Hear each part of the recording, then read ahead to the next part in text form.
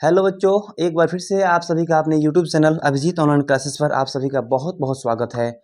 प्यारे बच्चों, मैं जो है भूगोल का मैं ये पहला जो चैप्टर है भूगोल का, जो कि क्लास 10th के लिए होने वाला है, ठीक है ना। क्लास 10th के लिए होने वाला है प्यारे बच्चों। मैंने क्या पढ़ा दिया था जी, यहाँ पे मैं देख पा रहा हूँ बच्चों कि मैंने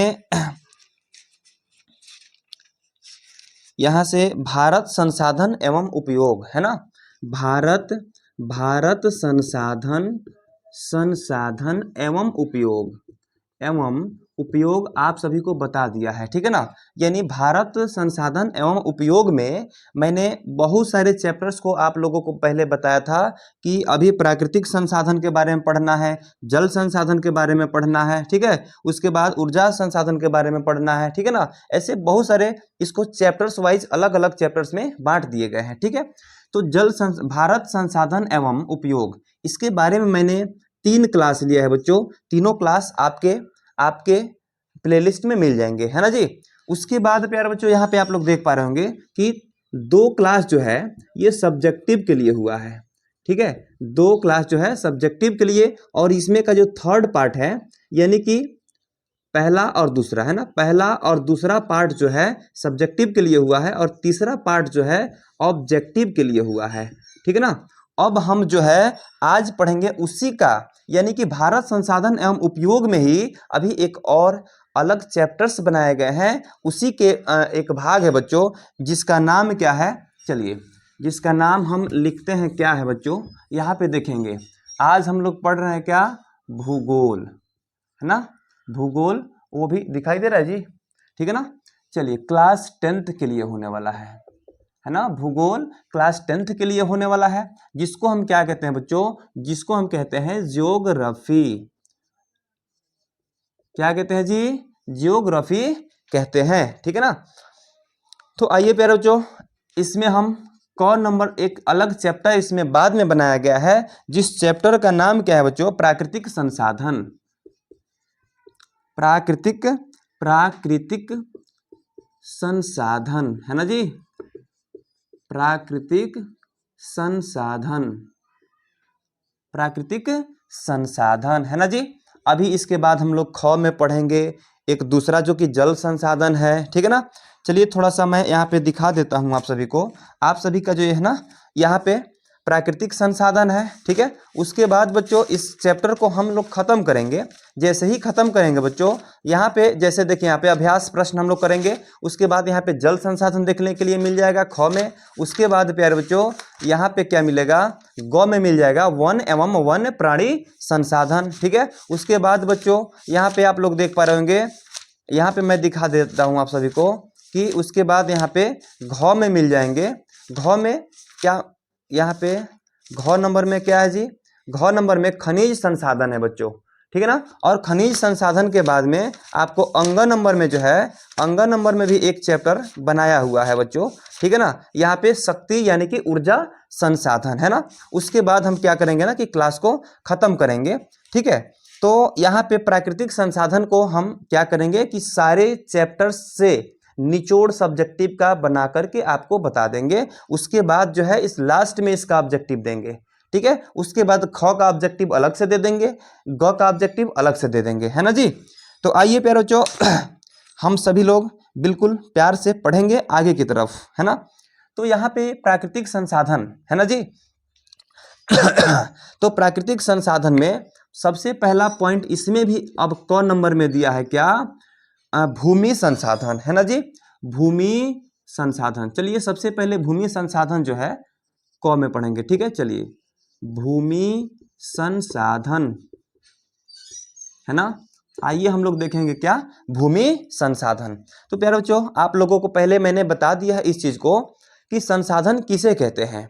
तो संसाधन उसे कहते हैं जिसकी सहायता से हम क्या करते हैं कि अपने जीवन में उसका, जैसे उसका हम उपयोग करते हैं ना, दुनिया में हमारे अगल बगल में जितने भी हमारी उपयोग की वस्तुएं हैं उन्हें संसाधन कहते हैं।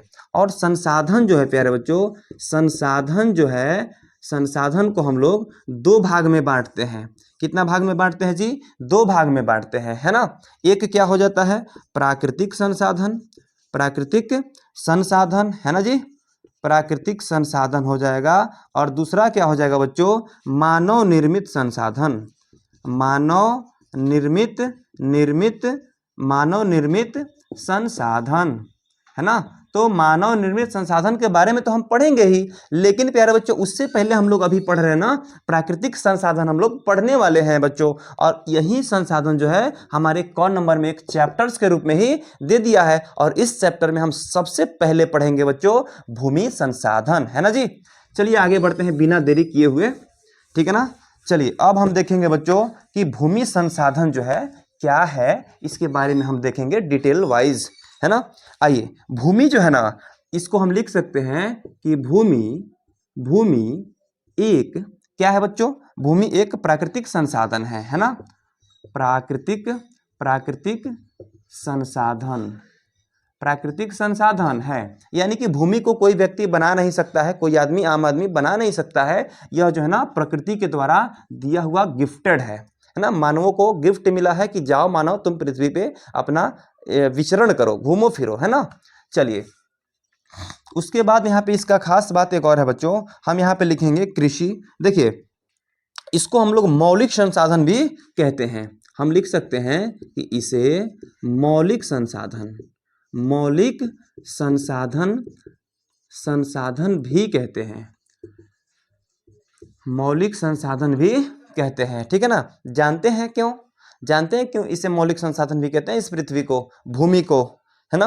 क्योंकि बच्चों यहाँ पे आप लिख सकते हैं कृषि, कृषि जो है वानिकी, वानिकी, है ना। वानिकी का मतलब वन से संबंधित, है ना।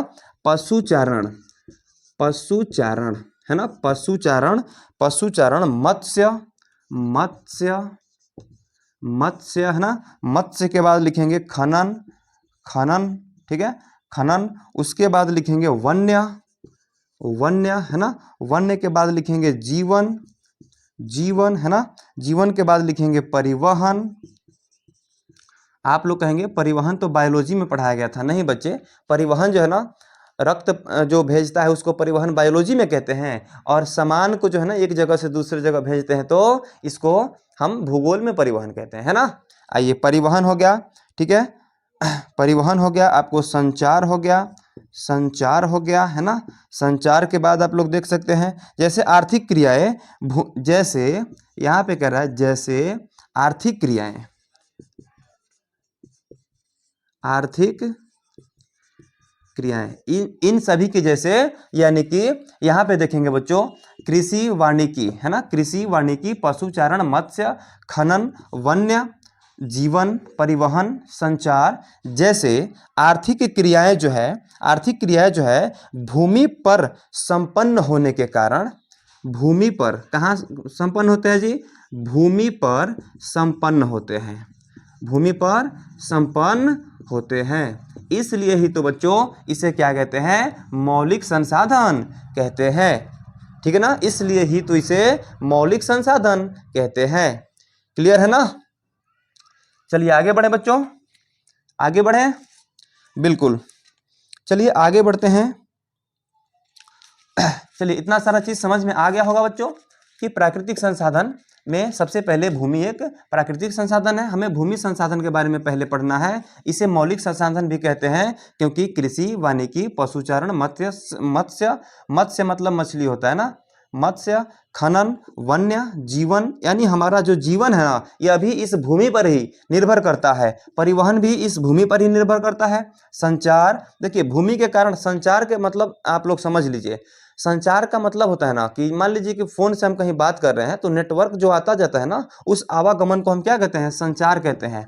जैसे ऐसे क्रिया क्या होते हैं? आर्थिक क्रिया जो है भूमि पर ही संपन्न होते हैं, इसीलिए भूमि को मौलिक संसाधन भी कहते हैं, ठीक है ना। इसलिए इसे मौलिक संसाधन भी कहते हैं। आइए आगे देखते हैं बच्चों, आगे का टॉपिक क्या होने वाला है, ठीक है ना।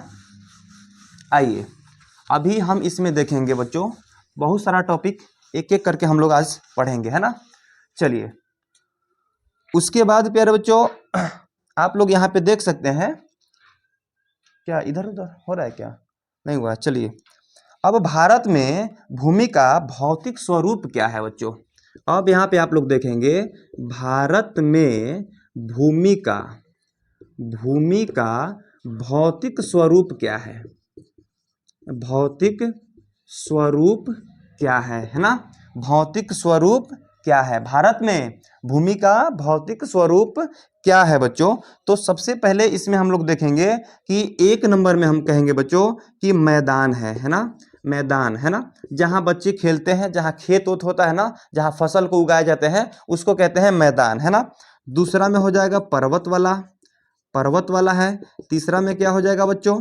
तीसरा में हो जाएगा पठार वाला, है ना। देखिए पर्वत जो बहुत पथरीले स्थान पाए जाते हैं, बहुत ऊंचे ऊंचे पथरीले स्थान पाए जाते हैं, जिनको हम क्या कहते हैं? तो पर्वत कहते हैं, है ना। और उसके बाद जो है प्यारे बच्चों, यहाँ पे देखेंगे कि पर्वत कहे जाते हैं मैदानी इलाकों में खेती बाड़ी किया जाता है, यानी कि फसल उपजाए जाते हैं। और यहाँ पे पठारी जगह कैसा होता है जी? पठारी जगह जैसे कि जहाँ पे खनिज पाया जाता हो, है ना, जहाँ पे जीवाश्म पाया जाता हो, है ना, जीवाश्म पाया जाता हो, ऐसे जगहों को क्या कहते हैं हम लोग? पठारी क्षेत्र कहते हैं। पर्वत पर क्या होता है जी? पर्वत जैसे कि नदी हो गया, नदी पर्वत से निकलते हैं, है ना।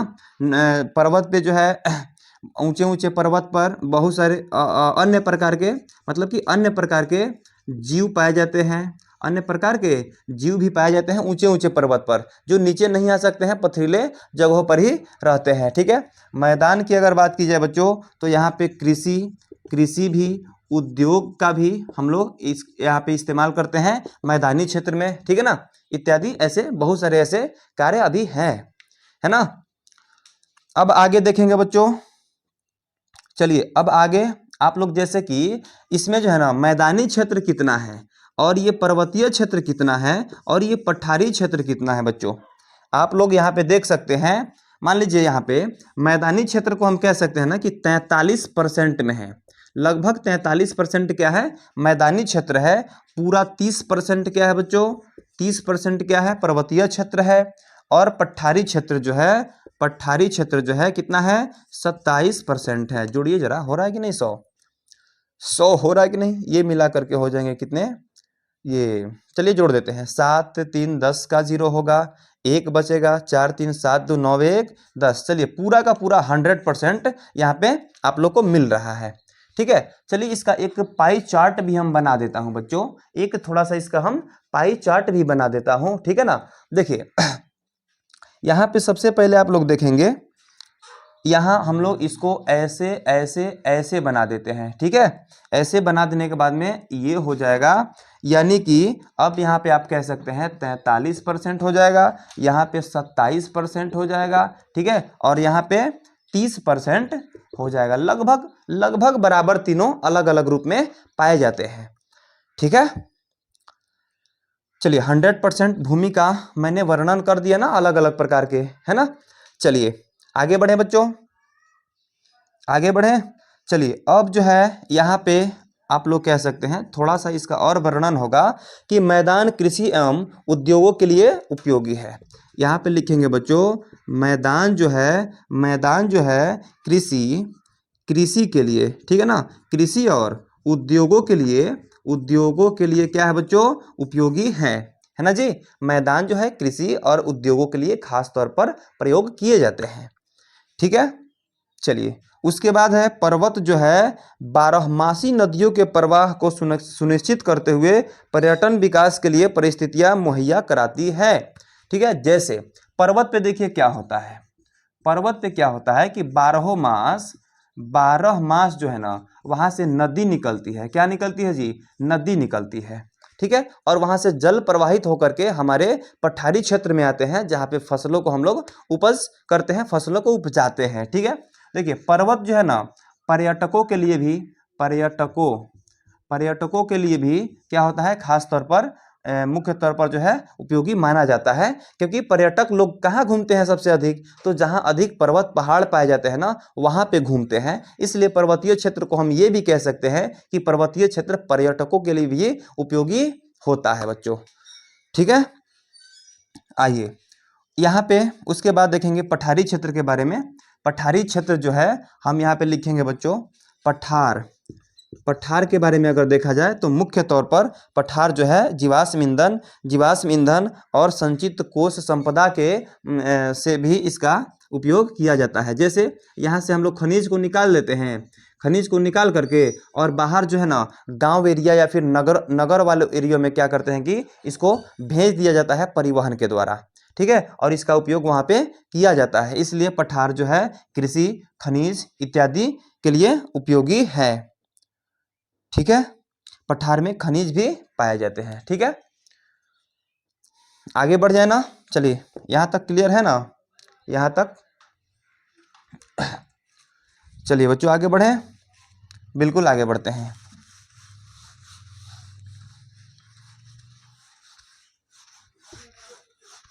आइए इसके बाद जो है बच्चों बात करेंगे हम मृदा की, ठीक है ना। भूमि से हम मृदा की बात करेंगे। मृदा की बात करते हैं बच्चों, जिसको क्या कहते हैं, इसको हम कहते हैं अंग्रेजी में सॉइल, ठीक है ना। अंग्रेजी में इसको कहते हैं सॉइल कहते हैं, ठीक है, सॉइल कहते हैं। खास तौर पर अगर देखा जाए बच्चों तो इसे हम मिट्टी कहते हैं। क्या कहते हैं जी, मिट्टी कहते हैं ना। मृदा का अर्थ ही मिट्टी होता है, यानी कि मिट्टी को हम लोग अंग्रेजी में सॉइल कहते हैं। क्लियर है, क्लियर है ना। चलिए अब यहाँ पे बच्चों आप लोग देख सकते हैं कि सॉइल को हम अगर परिभाषित करना चाहें तो हम कहेंगे असंगठित पदार्थों से। संगठित पदार्थों नहीं, देखिए संगठित क्या है, अगर यह पत्थर होता तो यह संगठित पदार्थ होता, लेकिन हम कहेंगे मिट्टी जो होता है ना एक पदार्थ से जो है एकत्रित नहीं होता है, एक पदार्थ का बना नहीं होता है बच्चों। इसलिए हम ये कह सकते हैं कि असंगठित पदार्थों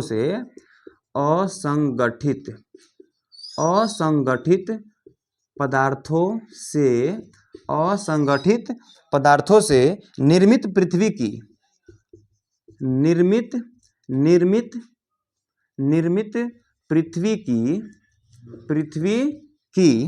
पृथ्वी की सबसे ऊपरी पतली परत क्या कहलाती है बच्चों, मृदा कहलाती है। पृथ्वी की सबसे ऊपरी है ना, सबसे ऊपरी परत जो है ना क्या कहलाती है बच्चों, मृदा कहलाती है या फिर मिट्टी कहलाती है। सबसे ऊपरी परत मृदा कहलाती है ना जी, मृदा कहलाती है। क्लियर है, क्लियर है ना। चलिए एक और इसमें खास बात आप लोग लिख सकते हैं कि चट्टानों से टूटने के बाद, चट्टान से जो है ना मिट्टी टूट जाते हैं, जो पानी आते हैं ऊपर से थोड़ा थोड़ा, देखिए जब पानी ऊपर से आते हैं ना तो पत्थर के भाग नहीं टूटते हैं, छोटा छोटा कण नहीं टूटते हैं। वो सुने हैं ना कि रसरी आवत जाते सिल पर परत निशान, है ना।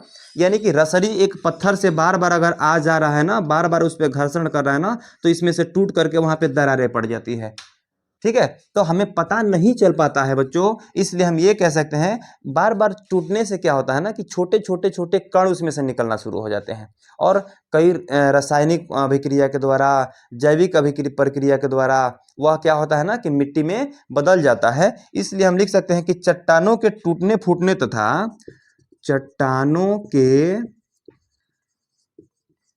टूटने फूटने, है ना, चट्टानों के टूटने फूटने तथा भौतिक रासायनिक और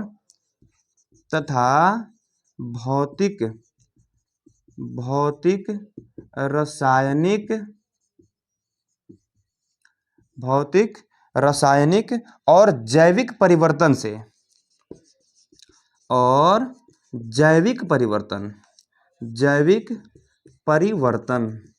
अब देखिए जैविक परिवर्तन बहुत लोग यूट्यूब पे भी ये लोग बताते होंगे कि जैविक परिवर्तन जो है ना जीवों के द्वारा उसको ये जो है घर्षण करने से होता है, ऐसे नहीं होता है। जैविक परिवर्तन देखिए क्या होता है, जैविक परिवर्तन का अर्थ होता है ना कि बहुत ऐसे जीव होते हैं जो मिट्टी का क्या करते हैं कि भोजन करते हैं, ठीक है। तो खाए कुछ मिट्टी, जैसे कि केचुआ अगर यहाँ पे आप लोग मान लेते हैं, ऐसे मान लीजिए कि यहाँ पे एक केचुआ है, ठीक है ना, तो ये जो है ना मिट्टी को खा लेता है, कोई और अन्य रूप में खाता है, आ रहा है समझ में। लेकिन ये जो है ना इसका शोषण करके, इसको परिवर्तित करके मिट्टी के दूसरे कणों में जो है ना इसको उत्सर्जित कर देता है, अपने शरीर से बाहर कर देता है।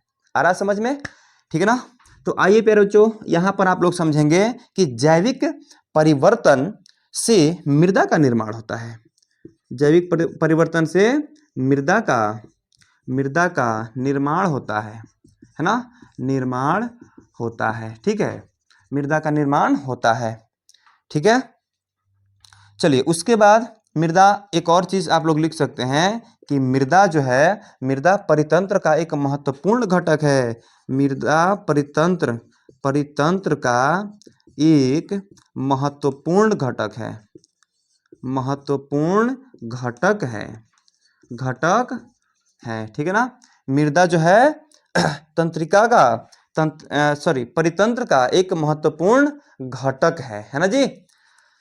तो चलिए आप लोग सभी लोग जो है इन चीज़ों को जल्द से जल्द अपनी नोटबुक में अवश्य नोट कर लेंगे प्यारे बच्चों। और आइए मैं यहाँ पे देख पा रहा हूँ कि कुछ पॉइंट्स जो है अभी इसमें छूट रहे हैं, उसको जो है क्लियर करवाया जा रहा है ना जी। चलिए नीचे देखिए तो थोड़ा सा स्थान और दिखाई दे रहा है क्या, जगह मिल सकता है, नीचे मिल सकता है। चलिए हम यहाँ पे लिखेंगे बच्चों, यहाँ पे लिखेंगे कि मृदा जो है ना कैसी संसाधन है, नवीकरणीय या फिर अनवीकरणीय। तो हम यहाँ पे लिखेंगे बच्चों कि मृदा नवीकरणीय संसाधन है, ठीक है, नवीकरणीय संसाधन है, ठीक है। देखिए प्रकृति में जो है ना मिट्टी का भी निर्माण होता है, जैसे बहुत सारे जीव मर जाते हैं, मरने के बाद में बहुत सारे पेड़ पौधों से क्या होता है ना कि पत्ते गिरते हैं, और वो सड़ने गलने के बाद में क्या होता है ना, जो अपचयित हो जाता है पदार्थ, यानी कि सड़ गल जाता है, तो वह क्या हो जाता है, मिट्टी बन जाता है। क्या बन जाता है बच्चों, मिट्टी बन जाता है। इसका मिट्टी बनने का प्रक्रिया जो है ना बहुत धीरे धीरे होता है, इसलिए कई वर्षों के बाद जो है ना 1 सेंटीमीटर मिट्टी, 1 CM मिट्टी ऊंचा, यहाँ पे मिट्टी है ना तो 1 CM मिट्टी ऊंचा होता है पृथ्वी पर बन करके, है ना। यानी कि धीरे धीरे मिट्टी का निर्माण होता है, कई वर्षों में जो है ना 1 सेंटीमीटर हाइट मिट्टी का निर्माण हो पाता है, ठीक है। आइए आगे देखते हैं, आगे बढ़ते हैं बच्चों, यहाँ पे आगे बढ़ते हैं। अब उसके बाद हम क्या देखेंगे कि मृदा निर्माण के कारक, है ना, मृदा निर्माण के कारक। अभी तो आप लोग देख पाए हैं ना, अभी आप लोग देखे हैं कि मिट्टी का निर्माण बहुत धीरे धीरे होता है, लेकिन अब आप लोग देखेंगे कि मिट्टी निर्माण के कारक, ठीक है ना, मृदा निर्माण के कारक, मृदा निर्माण के कारक, मृदा निर्माण के कारक, है ना। तो मृदा निर्माण के कारक, सबसे पहला कारक क्या होगा बच्चों, ऊंचावच या धराकृति, ऊंचावन होना चाहिए ना, ऊंचावन हो जाएगा, ऊंचावन या धाराकृति भी कहते हैं इसको, धाराकृति भी कहते हैं, ठीक है। दूसरा में क्या हो जाएगा बच्चों, दूसरा में हो जाएगा मूल शैल या चट्टान, मूल शैल या चट्टान हो जाएगा प्यारे बच्चों, ठीक है, मूल शैल या चट्टान, ठीक है। उसके बाद इसमें एक और कारक है जलवायु, तो मुख्य कारक है भाई जलवायु है, ठीक है ना। चौथा की अगर बात की जाए तो वनस्पति है, है ना। पांचवा की अगर बात की जाए प्यारे बच्चों तो पांचवा जो है जैव पदार्थ, है ना, जैव पदार्थ, है ना जी। पांचवा क्या है, जैव पदार्थ है, ठीक है। छठा जो है आपको यहाँ पे मैं लिख देता हूँ, छठा हो जाएगा खनिज। सातवां क्या हो जाएगा बच्चों, सातवां क्या हो जाएगा जी, यहाँ पे समय, ठीक है, समय, ठीक है ना। देखिए यहाँ पे सबसे पहला चीज, यहाँ पे आप लोग देख सकते हैं कि मृदा निर्माण में जो है ऊंचावच या धराकृति, ऊंचावन या फिर धराकृति, यानी बहुत सारे जो वन उच्च पाए जाते हैं ना, उच्च वन, तो वहां से क्या होता है कि बहुत सारे पत्ते जो है ना, पतझड़ के दिन में क्या होता है ना कि पत्ते नीचे आकर के गिरते हैं, और ये पत्तों से क्या होता है बच्चों, ये होता है ना कि मिट्टी का निर्माण होता है बहुत उच्च वन से। और वन जो है ना अगर उच्च रहते हैं तो क्या होता है, यहाँ से पेड़ पौधे भी सड़ने के बाद में क्या होता है कि नीचे धरातल पर आते हैं और ये मिट्टी का ही निर्माण करते हैं। ठीक है, चलिए उसके बाद मूल शैल या चट्टान है ना। मूल शैल यानी कि मिट्टी के बहुत छोटे छोटे कण को मूल शैल कहते हैं या फिर चट्टान है ना। इससे क्या होता है ना कि चट्टान जो है टूट फूट करके और मिट्टी का निर्माण करते हैं। ठीक है, जलवायु यानी जलवायु, जब देखिए जलवायु भी इसका कारक होता है। जैसे मान लीजिए कि बरसात के दिन जब तक आएंगे नहीं तब तक पेड़ पौधे से पतझड़ के रूप में जितने भी पत्ते नीचे गिरे हैं, जितनी भी रूखी सूखी लकड़ियां गिरी है सब नीचे टूट करके, उनको सड़ाएगा कौन, है ना। उनको जो है सड़ाएगा कौन, जल से ही ना सड़ पाएगा। और जल से क्या होता है ना कि सड़ने गलने के बाद में वह मिट्टी का रूप ले लेता है। इसलिए इसमें कारक एक जलवायु भी है। वनस्पति का प्रयोग यहाँ पे मैंने किया था कि पत्ती जो गिरता है, वन की पत्तियां, और वहां से मिट्टी बनता है।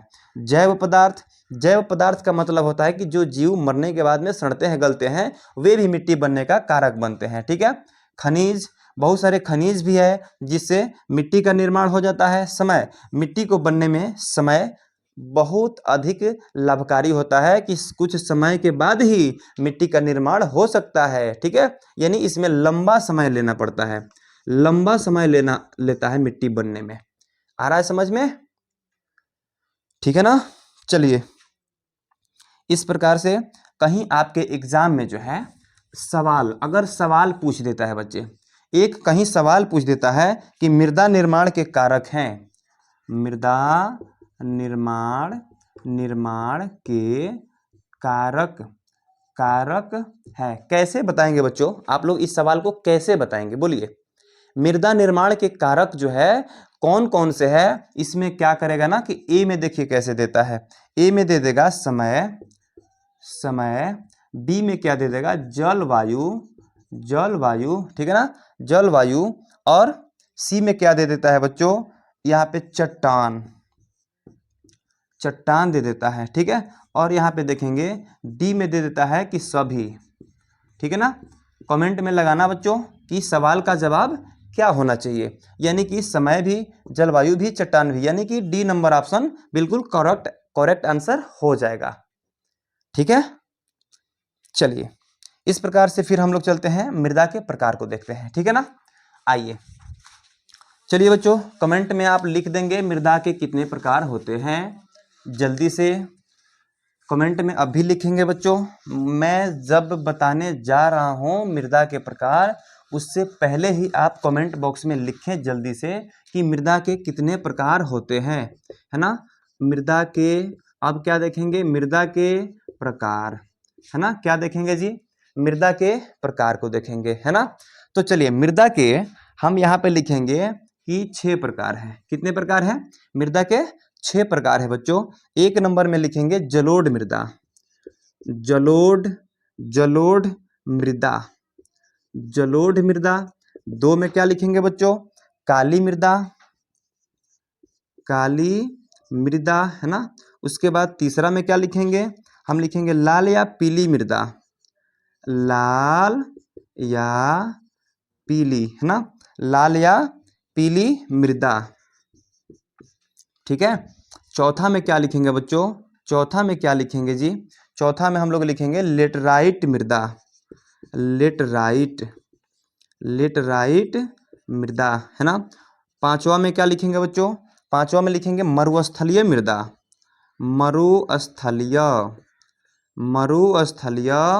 मृदा, है ना जी।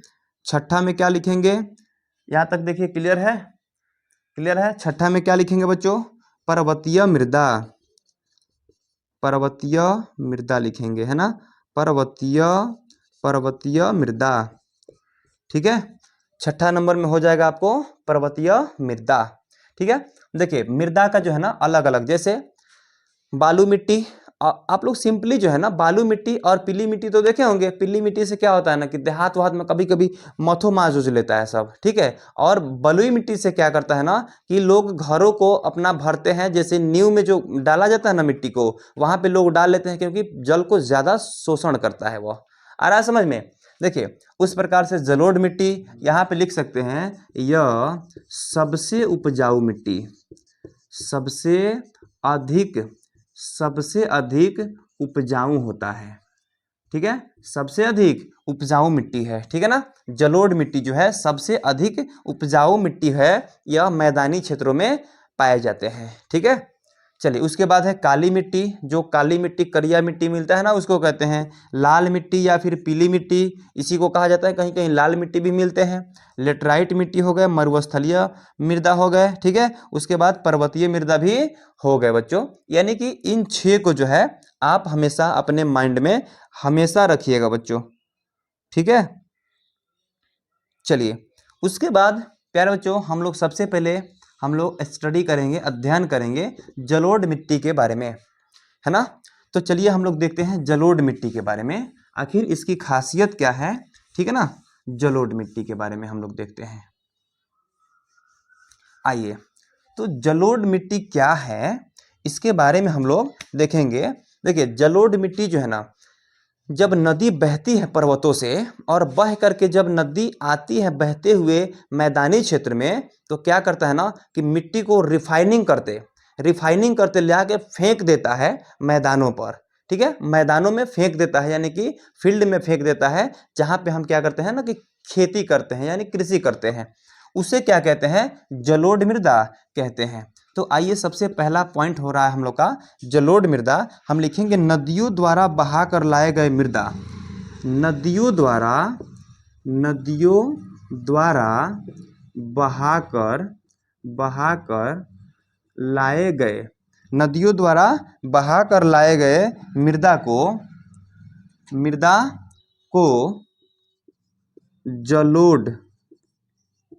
जलोढ़ मृदा कहते हैं, जलोढ़ मृदा कहते हैं, ठीक है ना। जलोढ़ मृदा कहते हैं, क्लियर। जलोढ़ मृदा कहते हैं, ठीक है। देखिए जलोढ़ मृदा का गठन कैसे होता है यानी बनता कैसे है, यहाँ पे देखेंगे। जलोढ़ मृदा जो है, जलोढ़ मृदा जो है कैसे बनता है बच्चों, जलोढ़ मृदा का गठन लिख रहे हैं, ठीक है, का गठन लिख देते हैं। जलोढ़ मृदा का गठन कैसे होता है, तो बालू, सिल्ट भी बालू का ही एक प्रकार है, सिल्ट है ना, सिल्ट एवं मृतिका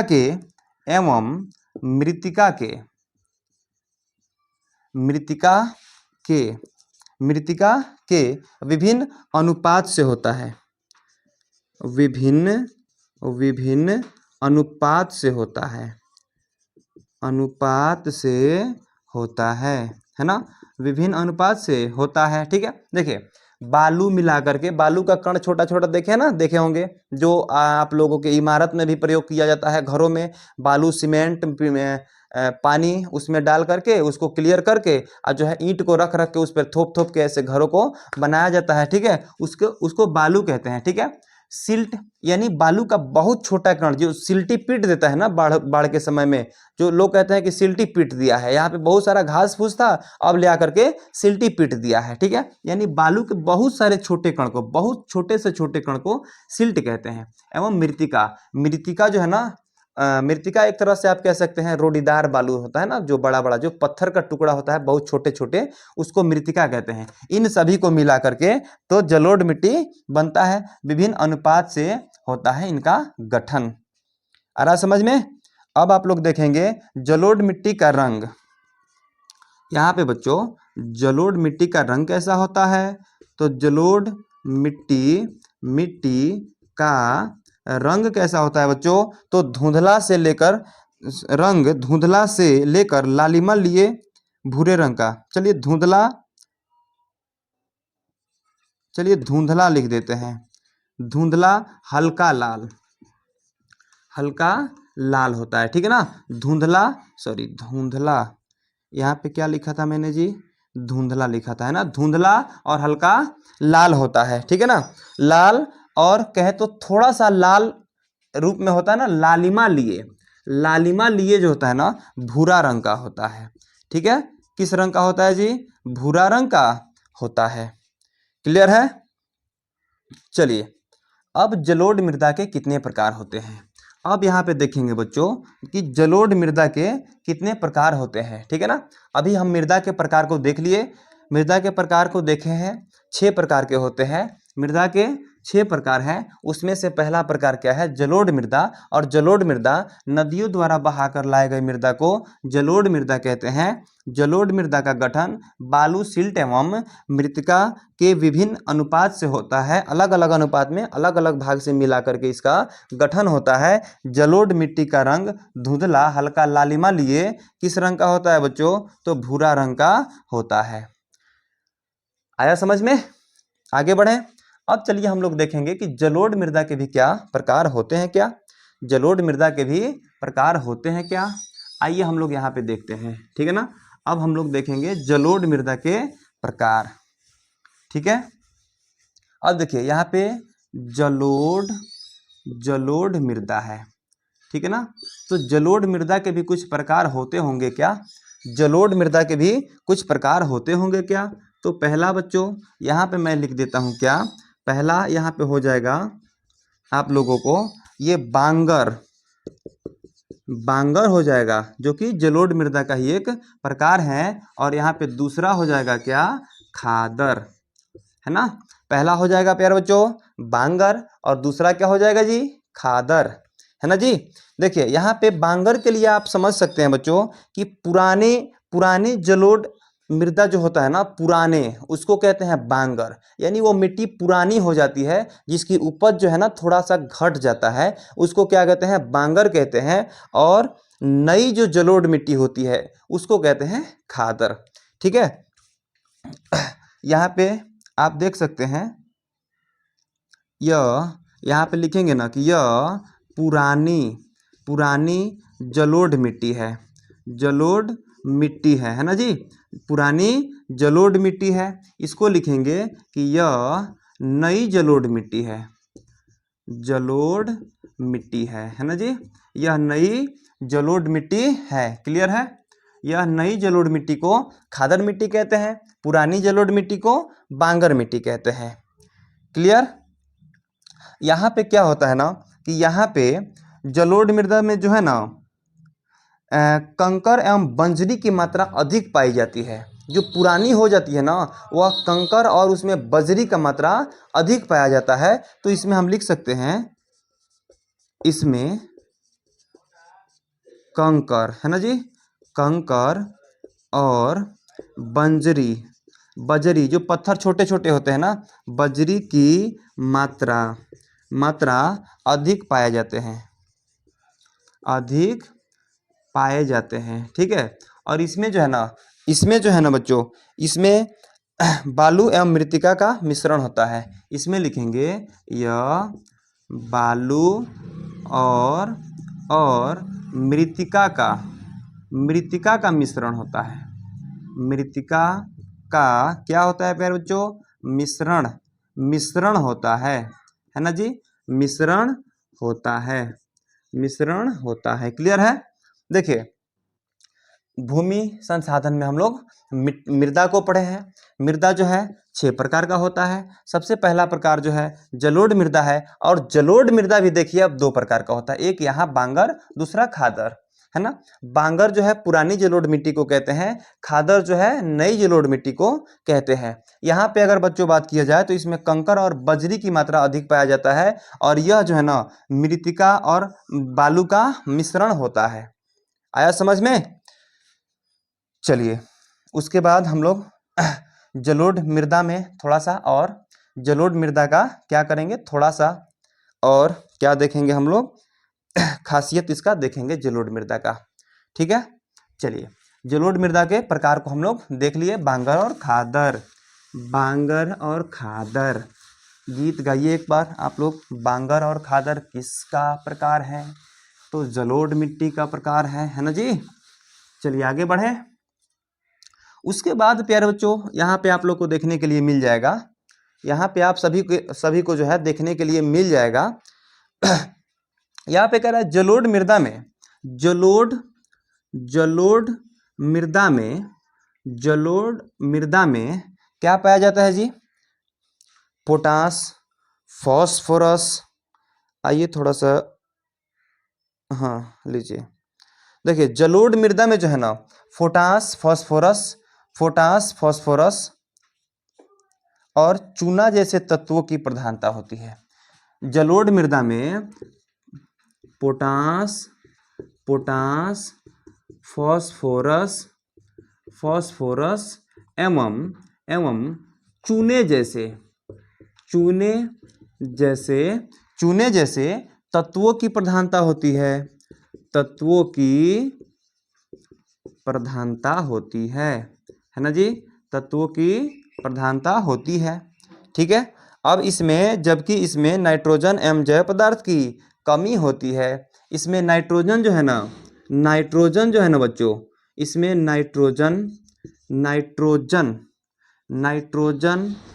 नाइट्रोजन जैसे पदार्थों की क्या होती है बच्चों? कमी होती है, ठीक है ना। इसमें जो है ये जलोढ़ मृदा में नाइट्रोजन जैसे पदार्थों की कमी होती है, इसलिए हमारे फसलों में क्या दिया जाता है बच्चों? तो यूरिया दे दिया जाता है। क्या दे दिया जाता है जी? यूरिया दे दिया जाता है, जिससे हमारे फसल अच्छे हो जाते हैं। क्या आप लोग कभी गन्ने में किसी व्यक्ति को चूना छिड़कते हुए देखे हैं? क्यों? क्योंकि चूना जो होता है ना उसमें नाइट्रोजन का मात्रा उत्पन्न करता है, ठीक है। यूरिया भी उत्पन्न करता है नाइट्रोजन का मात्रा, ठीक है। इसलिए अपने फसलों में जो है ना कभी कभी कृषक लोग क्या करते हैं कि यूरिया या फिर चूना भी छिड़क देते हैं, है ना जी। चलिए यहाँ देखिएगा जलोढ़ मृदा, यहाँ पे देखेंगे बच्चों जलोढ़ मृदा जो है किसके लिए? गन्ना, चावल। यहाँ पे देखेंगे गन्ना, मैंने अभी बताया भी है, गन्ना, चावल, गेहूँ, है ना जी, गेहूँ, ठीक है। गेहूँ, मक्का यहाँ पे लिख देते हैं, मक्का या फिर दलहन जैसे फसलों के लिए क्या होता है? बहुत उपयुक्त मानी जाती है, बहुत उपयुक्त मानी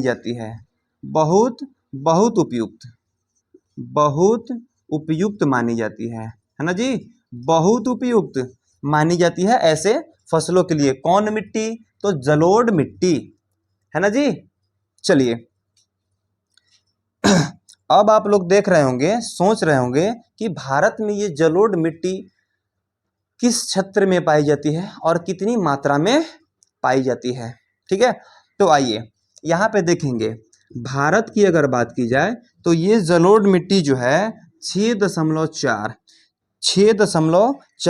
करोड़ हेक्टेयर क्षेत्र पर, करोड़ हेक्टेयर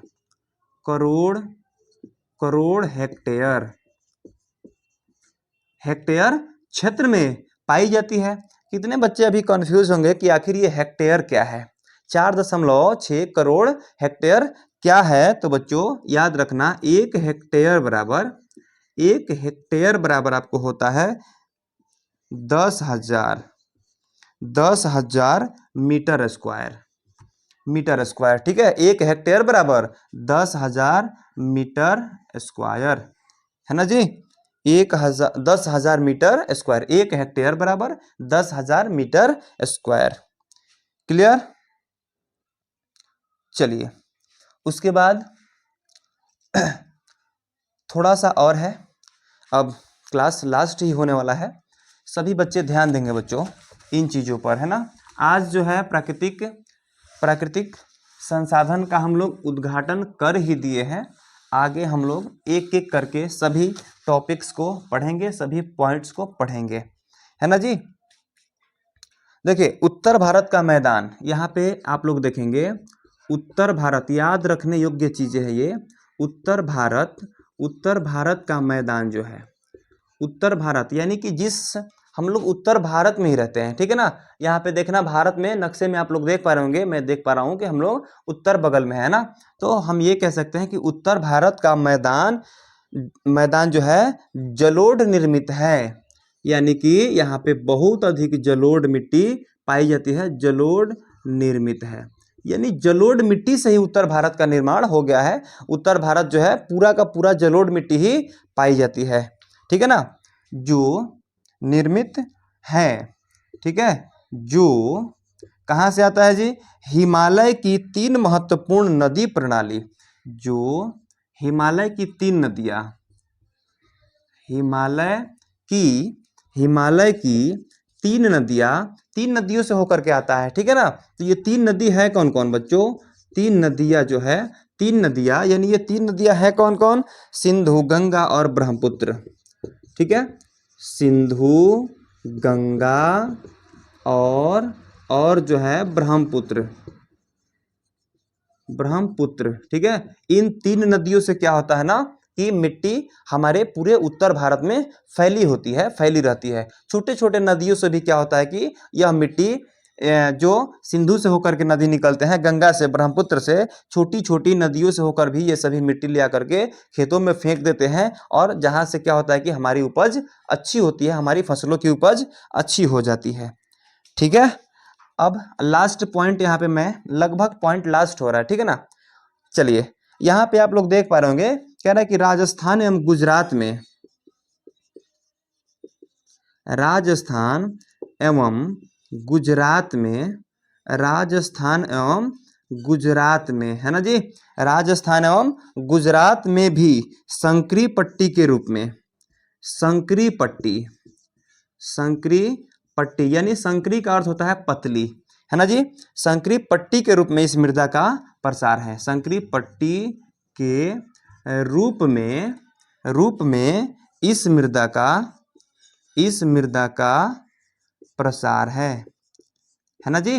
देखिए यहाँ जो है ना, राजस्थान और गुजरात में अधिक बलुई मिट्टी यानी कि राजस्थानी मिट्टी पाए जाते हैं, ठीक है, लेकिन यहाँ पे कह रहा ना कि राजस्थान एवं गुजरात में भी संकरी पट्टी यानी पतली सी पट्टी के रूप में जो है इस मृदा का भी प्रसार है, यानी बहुत पतले रूप में जो है इस मृदा का प्रसार वहां पे भी देखने के लिए मिल जाता है, ठीक है ना। तो चलिए प्यारे बच्चों, आज का क्लास हम यहीं पर समाप्त करते हैं, है ना। और मिट्टी के प्रकार जो हम लोग पढ़ रहे थे बच्चों, मिट्टी के जो हम लोग प्रकार पढ़ रहे थे, मिट्टी के प्रकार में हम लोग जलोढ़ मिट्टी के प्रकार को अच्छी तरह से अभी पढ़े हैं, है ना जी। और जलोढ़ मिट्टी के बाद में हम लोग क्या पढ़ेंगे, जलोढ़ मिट्टी के बाद में हम अब काली मिट्टी के बारे में पढ़ेंगे, यानी काली मिट्टी हमारी ये लाल मिट्टी, लेटेराइट मिट्टी, मरुस्थलीय मिट्टी और पर्वतीय मिट्टी के बारे में भी हम लोग पढ़ेंगे प्यारे बच्चों, ठीक है। तो चलिए आज के लिए क्लास इतना ही पर समाप्त किया जाता है। तो आज के लिए टेक केयर, गुड बाय और जय हिंद।